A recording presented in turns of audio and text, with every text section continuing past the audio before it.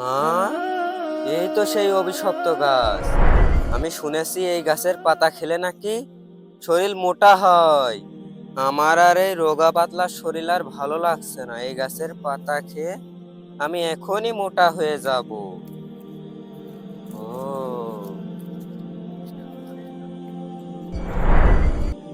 হুম।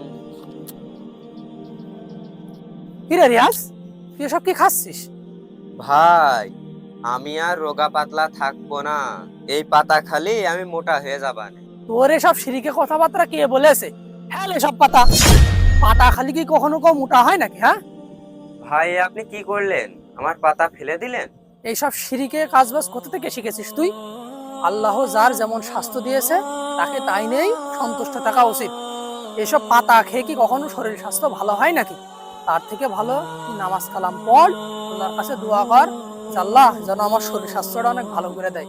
এতে দেখতে অনেক লাভবান হবি। এসব গুজবে কান দিবি না। আপনি ঠিকই বলেছেন ভাই। এসব সেরেকি কথাবার্তায় আমার কান দেওয়া ঠিক হয়নি। আমি আজ থেকেই নামাজ পড়ে আল্লাহর কাছে দোয়া করব, যেন আমার শরীর স্বাস্থ্য ভালো হয়।